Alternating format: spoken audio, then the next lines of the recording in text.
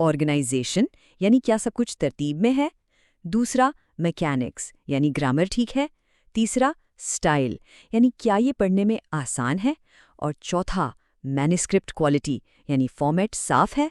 ٹھیک ہے، اب ہم آخری اور سب سے اہم حصے کی طرف آ گئے ہیں۔ اگلے 10 منٹ ہم بہت آرام اور سکون سے وہ سب کچھ دہرائیں گے جو ہم نے ابھی سیکھا ہے۔ کوئی ٹینشن نہیں لینی، بس میری بات سنیں اور چیزوں کو ذہن میں تازہ ہونے دیں۔ تو چلیں سب سے پہلے اسپیسیفیکیشنز۔ یاد ہے، یہ وہ اصول ہیں، وہ ہدایات ہیں جو کسی بھی پروجیکٹ کی بنیاد ہوتی ہیں۔ یہ ہمیں بتاتی ہیں کہ ایک پروجیکٹ کیا کرے گی، وہ کیسے کام کرے گی اور اس کی کوالٹی کو کیسے چیک کیا جائے گا۔ یہ ایک مکمل روڈ میپ کی طرح ہے۔ اور اس کی وہ 4 قسمیں، چلیں ان کو کہانی کی طرح یاد کرتے ہیں۔ پہلی ہے ریکوائرمنٹ، یعنی گاہک کی خواہش۔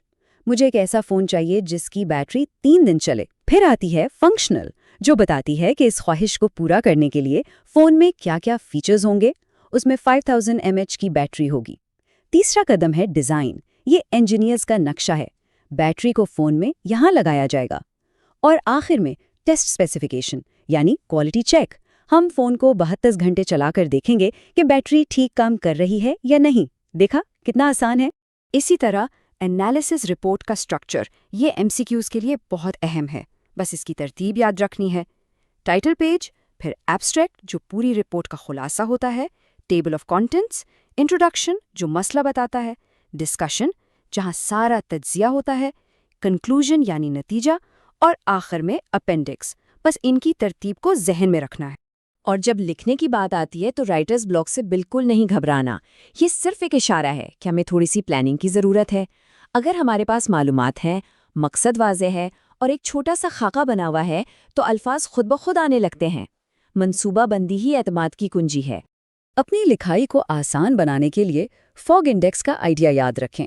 اس کا مقصد صرف یہ ہے کہ ہماری تحریر عام انسان کو سمجھ آئے۔ اس کے 3 آسان سٹیپس ہیں: الفاظ اور جملے گنیں، لمبے یا مشکل الفاظ گنیں اور پھر فارمولا لگا لیں۔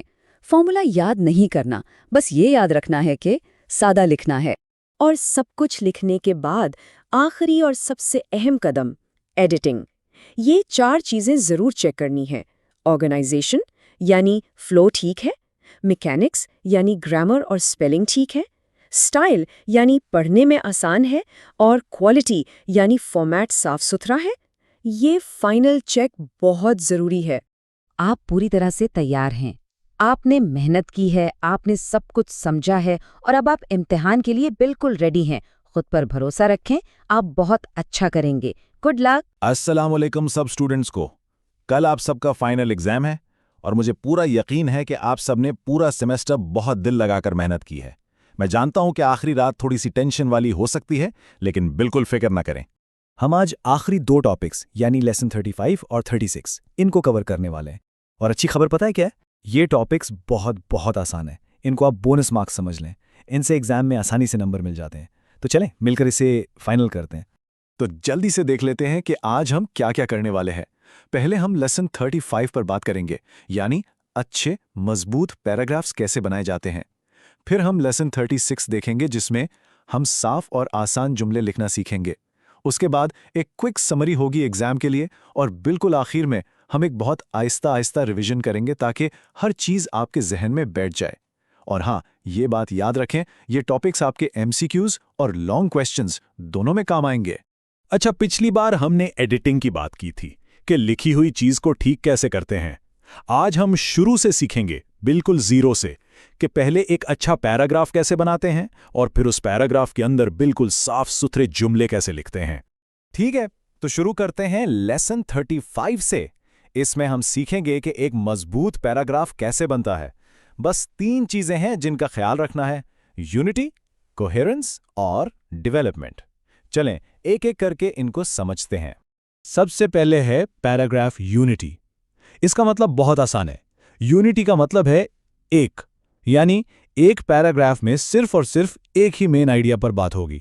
جیسے اگر آپ کا پیراگراف لاہور کے بارے میں ہے تو اس میں ہر جملہ، ہر بات صرف لاہور کے بارے میں ہی ہونی چاہیے۔ ایسا نہیں ہو سکتا کہ آپ اچانک اس میں کراچی یا اسلام آباد کی بات شروع کر دیں۔ صرف ایک ٹاپک، دیٹس اٹ۔ اچھا، اب یہ سلائیڈ بہت امپورٹنٹ ہے۔ یہ یونٹی اور کوہیرنس کا فرق بتاتی ہے۔ اس کو اس طرح سوچیں، یونٹی آپ کو بتاتا ہے کہ کیا لکھنا ہے، یعنی صرف ایک ٹاپک، جبکہ کوہیرنس آپ کو بتاتا ہے کہ کیسے لکھنا ہے، یعنی آپ کے جملوں کا آپس میں فلو کیسا ہے، وہ ایک دوسرے سے لاجیکلی جڑ رہے ہیں یا نہیں، بالکل ایک چین کی طرح، ہر کڑی دوسری سے جڑی ہونی چاہیے۔ تو یہ اسموتھ فلو یعنی کوہیرنس ہم بناتے کیسے ہیں؟ بہت آسان ہے۔ اس کے 3 طریقے ہیں۔ پہلا، آپ ٹرانزیشنل ورڈز استعمال کر سکتے ہیں، جیسے اس لیے، لیکن، پھر۔ دوسرا، آپ لنکنگ پروناؤنز یوز کر سکتے ہیں، جیسے ہی، شی، اٹ۔ اور تیسرا، آپ اپنے مین لفظوں کو، کی ورڈز کو ریپیٹ کر سکتے ہیں تاکہ پڑھنے والے کا فوکس ٹاپک پر بنا رہے۔ یہ کچھ عام ٹرانزیشنل ورڈز ہیں، یہ پڑھنے والے کے لیے روڈ سائنس کی طرح ہوتے ہیں جو اسے راستہ دکھاتے ہیں۔ جیسے فار ایگزامپل کا مطلب ہے کہ اب مثال آنے والی ہے، مور اوور کہتا ہے ایک اور بات بھی ہے، دیئرفور نتیجہ بتاتا ہے، اور ہاؤیور 2 چیزوں میں فرق دکھاتا ہے۔ ان کو عقل مندی سے استعمال کرنے سے آپ کی رائٹنگ بہت کلیئر ہو جاتی ہے۔ اوکے، اب پلیز یہاں پر تھوڑی خاص توجہ دیں۔ یہ جو پیراگراف ڈیولپمنٹ میتھڈز ہیں، یہ ایگزام کے لیے اور خاص طور پر MCQs کے لیے بہت ضروری ہیں۔ اکثر ان کی ڈیفینیشن پوچھ لی جاتی ہے۔ پہلا میتھڈ ہے ایگزامپلیفیکیشن۔ یہ لفظ سن کر گھبرانا نہیں، اس کا سیدھا سا مطلب ہے ایگزامپلز دینا، یعنی مثالیں دینا۔ آپ اپنی بات کو ثابت کرنے کے لیے مثال دیتے ہیں، سمپل۔ پھر آتے ہیں نیریشن اور پروسیس۔ نیریشن کا مطلب ہے کوئی کہانی سنانا ٹائم کے حساب سے، کہ پہلے کیا ہوا پھر کیا ہوا، جبکہ پروسیس کا مطلب ہے کوئی کام کرنے کا طریقہ بتانا، سٹیپ بائی سٹیپ، جیسے چائے کیسے بنانی ہے یا اکاؤنٹ کیسے بنانا ہے۔ کمپیریزن اور کانٹراسٹ بھی بہت آسان ہے۔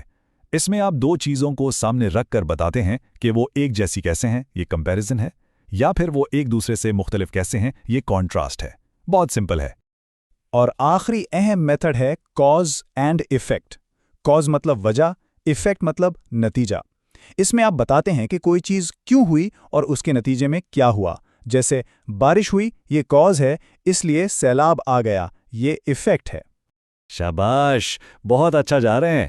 یہ تھا لیسن 35۔ دیکھا، اتنا مشکل نہیں تھا۔ اب ہم نے پیراگرافز کی بڑی پکچر دیکھ لی ہے۔ اب آگے بڑھتے ہیں اور ان کے چھوٹے چھوٹے حصوں یعنی سینٹنسز پر بات کرتے ہیں۔ لیسن 36 ہے، بالکل صاف اور واضح جملے بنانے کے بارے میں۔ اس میں ہم عام غلطیوں سے بچنا سیکھیں گے تاکہ ہماری لکھائی بالکل آسان ہو۔ اچھا، صاف لکھنے کا سب سے پہلا رول ہے ورڈینس سے بچنا، یعنی غیر ضروری لمبے چوڑے الفاظ استعمال نہیں کرنے، کم لفظوں میں بات کرنی ہے۔ سلائیڈ پر دیکھیں، due to the fact that کہنے کے بجائے صرف بیکاز لکھیں، سمپل۔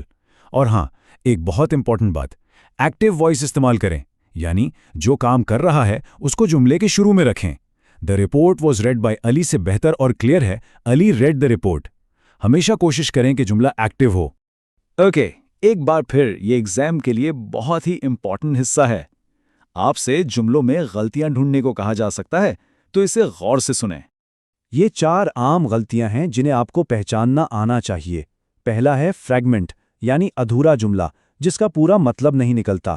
دوسرا ہے کاما سپلائس، جب 2 پورے جملوں کے بیچ میں غلط طریقے سے صرف ایک کاما لگا دیا جاتا ہے۔ تیسری غلطی ہے فیوزڈ سینٹنس، اس میں 2 جملوں کے بیچ میں کچھ بھی نہیں ہوتا، وہ آپس میں ٹکرا جاتے ہیں۔ اور چوتھی غلطی ہے اسٹرنگی سینٹنس، یہ وہ جملہ ہے جس کو اینڈ، بٹ، سو لگا لگا کے بہت لمبا کر دیا گیا ہو۔ اس کا سمپل حل ہے اس کو چھوٹے جملوں میں توڑ دیں۔ اب بات کرتے ہیں اگریمنٹ کی۔ پہلا ہے سبجیکٹ ورب اگریمنٹ۔